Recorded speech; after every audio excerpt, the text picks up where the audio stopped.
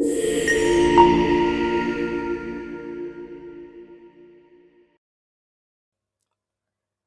Everyone, હું છું બહાદુર પટેલ અને Patel digital world YouTube channel પર આપનું હાર્દિક સ્વાગત છે.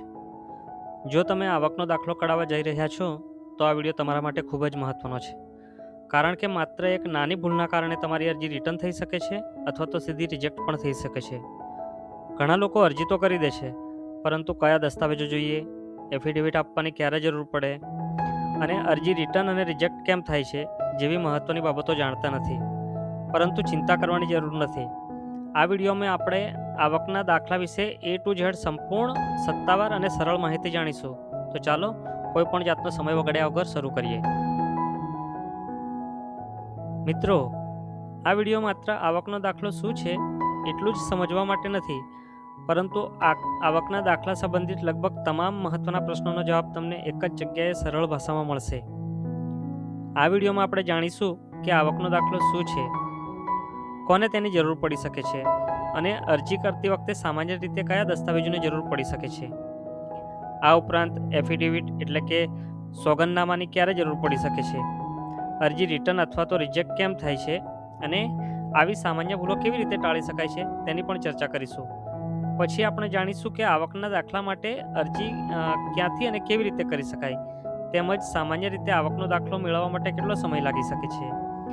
જો તમે આ વિડીયો અંત સુધી જોશો તો અરજી કરતી વખતે ઘણી સામાન્ય ભૂલોથી બચી શકશો અને સમગ્ર પ્રક્રિયા વધુ સરળતાથી સમજી શકશો.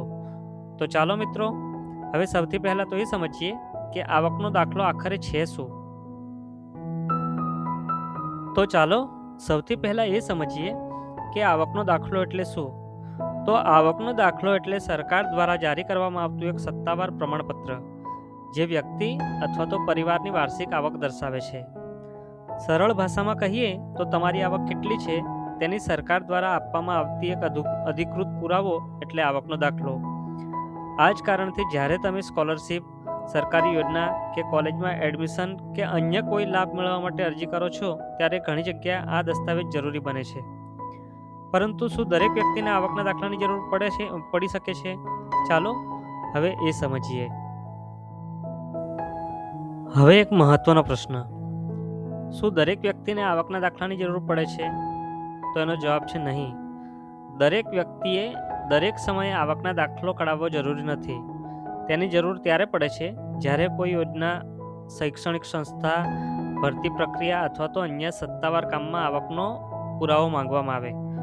ઉદાહરણ તરીકે સ્કોલરશિપ માટે અરજી કરતી વખતે, કેટલીક સરકારી યોજનાઓમાં લાભ મેળવવા માટે, કોલેજ અથવા તો શૈક્ષણિક સંસ્થામાં પ્રવેશ દરમિયાન અને કેટલીક સરકારી ભરતીમાં નિયમ મુજબ આવકનો દાખલો જરૂર હોઈ શકે છે. ઉપરાંત અન્ય સત્તાવાર કામોમાં પણ જરૂરિયાત મુજબ આ દસ્તાવેજ માંગવામાં આવી શકે છે. એટલે આવકનો દાખલો દરેક વ્યક્તિ માટે ફરજિયાત નથી, પરંતુ જે કામ માટે તમે અરજી કરો છો તેના નિયમો પ્રમાણે તેની જરૂર પડે છે. હવે સૌથી મહત્વનો પ્રશ્ન એ છે કે આવકનો દાખલો બનાવવા માટે કયા કયા દસ્તાવેજોની જરૂર પડે છે. તો ચાલો હવે તેની વિગતવાર ચર્ચા કરીએ. મિત્રો, આવકનો દાખલો બનાવવા માટે કયા દસ્તાવેજોની જરૂર પડી શકે છે તે એક મહત્વનો પ્રશ્ન છે. પરંતુ અહીં એક વાત ખાસ સમજવાની છે કે દરેક અરજદાર માટે જરૂરી દસ્તાવેજો એક સરખા હોતા નથી.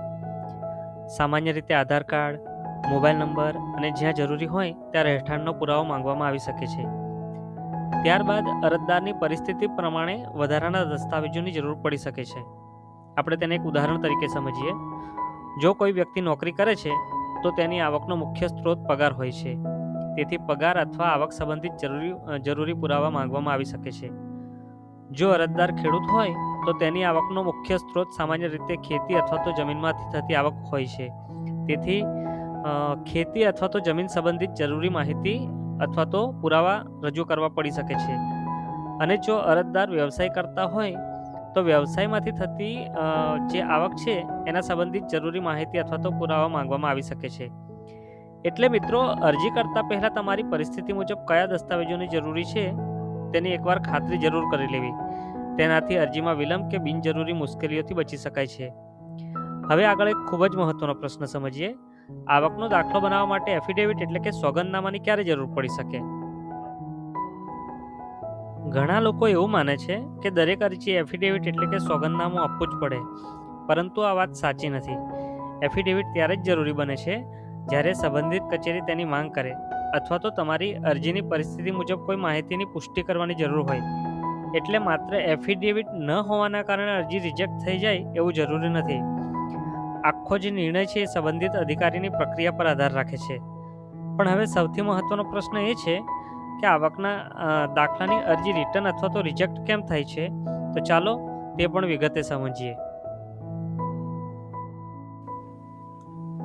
મિત્રો, ઘણી વખત લોકો અરજી તો યોગ્ય રીતે ભરે છે, છતાં પણ તેમની અરજી રિટર્ન અથવા તો રિજેક્ટ થઈ જાય છે. તેનું મુખ્ય કારણ હોય છે કે કેટલીક સામાન્ય ભૂલો, જેમ કે અધૂરા અથવા તો ખોટા દસ્તાવેજો, આવકની માહિતીમાં ગેરમેળ, ખોટી વિગતો આપવી અથવા તો કચેરી દ્વારા માંગવામાં આવતી વધારાની માહિતી સમયસર ન આપવી. તેથી અરજી સબમિટ કરતા પહેલા દરેક માહિતી અને દરેક દસ્તાવેજો એકવાર સારી રીતે ચકાસી લેવા ખૂબ જ જરૂરી છે. એક નાની ભૂલ પણ તમારી અરજી રિટર્ન અથવા તો રિજેક્ટ થવાનું કારણ બની શકે છે. તો મિત્રો, હવે પ્રશ્ન એ થાય કે આવકના દાખલા માટે અરજી ક્યાંથી કરી શકાય. તો તેની મુખ્ય બે રીતો છે, એક તો ઓનલાઈન અને ઓફલાઈન. જો તમે ઓનલાઈન અરજી કરવા માંગતા હો તો ડિજિટલ ગુજરાત પોર્ટલ પર દ્વારા તેની અરજી કરી શકો છો. જો તમે ઓનલાઈન પ્રક્રિયા કરવામાં મુશ્કેલી પડતી હોય તો તમારા નજીકના જનસેવા કેન્દ્ર એટલે કે CSCની મદદ પણ લઈ શકો છો. જ્યારે ઓફલાઈન પ્રક્રિયાની વાત કરીએ ત્યારે સંબંધિત મામલતદાર કચેરીમાં અરજી કરી શકાય છે. કેટલાક વિસ્તારમાં ગ્રામ પંચાયત અથવા તો તલાટી કમ મંત્રી દ્વારા પણ જરૂરી માર્ગદર્શન અથવા તો પ્રક્રિયા ઉપલબ્ધ હોઈ શકે છે. એક વાત યાદ રાખજો કે અરજી કરવાની પદ્ધતિ દરેક વિસ્તાર અથવા તો કચેરીમાં એક સરખી હોતી નથી. તેથી અરજી કરતા પહેલા તમારા વિસ્તારની સંબંધિત કચેરી અથવા તો અધિકૃત સેવા કેન્દ્રમાં જરૂરી માહિતી અને ખાતરી કરી લેવી જરૂરી છે. હવે સૌથી મહત્વનો પ્રશ્ન, અરજી કર્યા પછી આવકનો દાખલો કેટલા દિવસમાં મળે છે. તો ચાલો એ જાણીએ. તો મિત્રો, હવે સૌથી સામાન્ય પ્રશ્નનો જવાબ જાણીએ કે અરજી કર્યા પછી આવકનો દાખલો કેટલા દિવસમાં મળે. તો સામાન્ય રીતે જો તમામ જરૂરી દસ્તાવેજો અને માહિતી યોગ્ય હોય તો આવકનો દાખલો લગભગ 7 કાર્યકારી દિવસમાં મળી શકે છે. જોકે આ સમય દરેક કેસમાં એક સરખો હોય એવું જરૂરી નથી.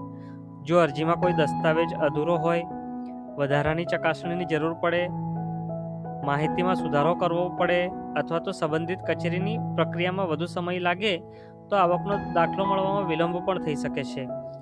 એટલે અરજી સબમિટ કરતા પહેલા તમામ વિગતો અને દસ્તાવેજો એકવાર ધ્યાનથી ચકાસી લેવું ખૂબ જ જરૂરી છે. નાની સાવચેતી તમારો સમય બચાવી શકે છે અને બિનજરૂરી વિલંબથી પણ બચાવી શકે છે. હવે આજના વિડીયોમાં આપણે શું મહત્વની માહિતી જાણી તેનું ટૂંકું પુનરાવર્તન કરી લઈએ.